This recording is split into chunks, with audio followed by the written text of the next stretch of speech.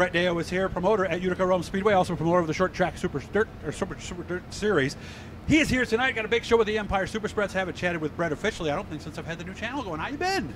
Really good. Busy. Everything's going well. We're just getting to that point of the year where 4 or 5 nights a week between the racetracks and the series. So we're into that summer stretch, even though it's only May. Starting to feel it yet? Or yeah. No? Oh, no, not really. I mean, really? I enjoy it. We had a good winter and took some time in Florida, so we're regrouped. Yeah, I saw you did have a nice vacation. So yeah, okay. yep. Good, we're not racing at Delaware tonight, and you said there's a real good reason for that. Yeah, we're actually supposed to have Georgetown open tonight and racing here at Utica Rome, and it's been just very wet in Delaware. We had that coastal storm last week, and it sat there and spun, and pretty much all week. So we pushed that show back to next Thursday night. We'll run May the 17th there, and we got pumps running and get everything dried out and ready to go for next week. And that was great for me because it's tough to be in 2 places at one time. So I was going to go there, my wife was going to be here, so I'm excited to be here, and be present for the ESS return, which is a cool night. Yeah, if they could clone and I could see what my clone's doing, I'd be one of the first ones, and I know you would be too. So how are we doing at Utica? I've just talked to some of the teams, said the track's been great, but that's really all I've heard. How has it been? It's been good. The Friday nights are definitely the right move. It seems like Sundays become more and more of a family day. I agree. People want to do stuff with their families. They got to go to work the next day. So the Friday move's been good. We've been building the crowds.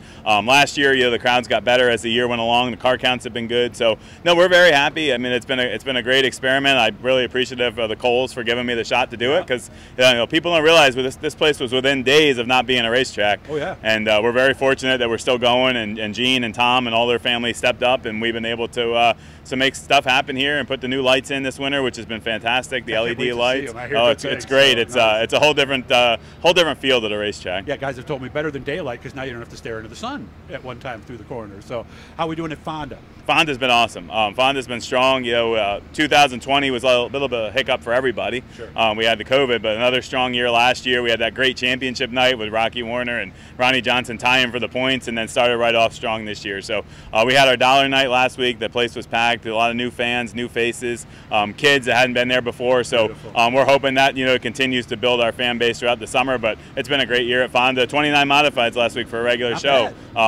Sportsman cars having a consi every week. 20 pro stocks. Things are good at Fonda. I hate to switch to the other side, but obviously we're all following the shortages and everything that's going on right now. Let's start with the basic overall question. How concerned are you? John, do you need to ask him something? Oh, okay. Yeah, go ahead. John Yes. Tiff from ESS is opening or asking him a quick question about one of the gates. How concerned are you? Let's start big picture. Overall, how concerned are you? Definitely concerned. I took the tire dealerships over myself for both tracks so I can better regulate and make the tires last. That was the first big step. This is live or die for us as a business. If there's no tires, there's no racing. Right. So I felt like we as the racetrack needed to step up and control the tires ourselves. And we've been doing 1 tire per car per night. They sign in, they get a voucher, take the voucher over and can buy their tire. That way we're making the tires we do have last. We did get deliveries for both tracks this week, which is good. Both companies are having issues. One of the things that was different was the American racer tracks are further south. They start earlier. So we burned through a lot of tires earlier. Now you see more and more Hoosier tracks coming out with the same type of policies because New York State's catching up. So I mean, it's a shame. It's a shame for both. I mean, as a businessman, you never want to not sell something. Right. But that's what we have to do. We got to hold on to the tires. We got to ration them. And you know what? The drivers are learning that maybe they don't need 3 new tires every week, and that's not a bad thing. It's even in the field a little bit between the big dollar teams and the smaller teams. So I mean, out of everything, there's a silver lining. We've been on track. We're continuing to ration tires. We're going to continue to get small deliveries and do our best to make it work. Okay. How about other issues? I mean, I know a lot of guys can't find crate engines, can't find steering boxes, things of that nature. Yeah, you see that. You see people maybe miss a week that ordinarily wouldn't miss a week. The engine stuff, it's difficult, getting parts. But luckily with us, with our engine package, we're not Northeast confined. There's 430 steelhead small blocks running across the country, so maybe you can't get something in New York, New Jersey, but you can call out to Wisconsin and get it. So that's one of the benefits of the engine package that we have, is they're a little more accessible because we're national. Okay. But it's a challenge. I mean, just getting to the track is a challenge. I mean, I looked at what I spent to get 2 trailers from here to Accord on Tuesday for our series race. Yeah, I can imagine. And you look at what these guys are doing, and we just got to keep doing our best to make good decisions. Don't race when it's going to rain.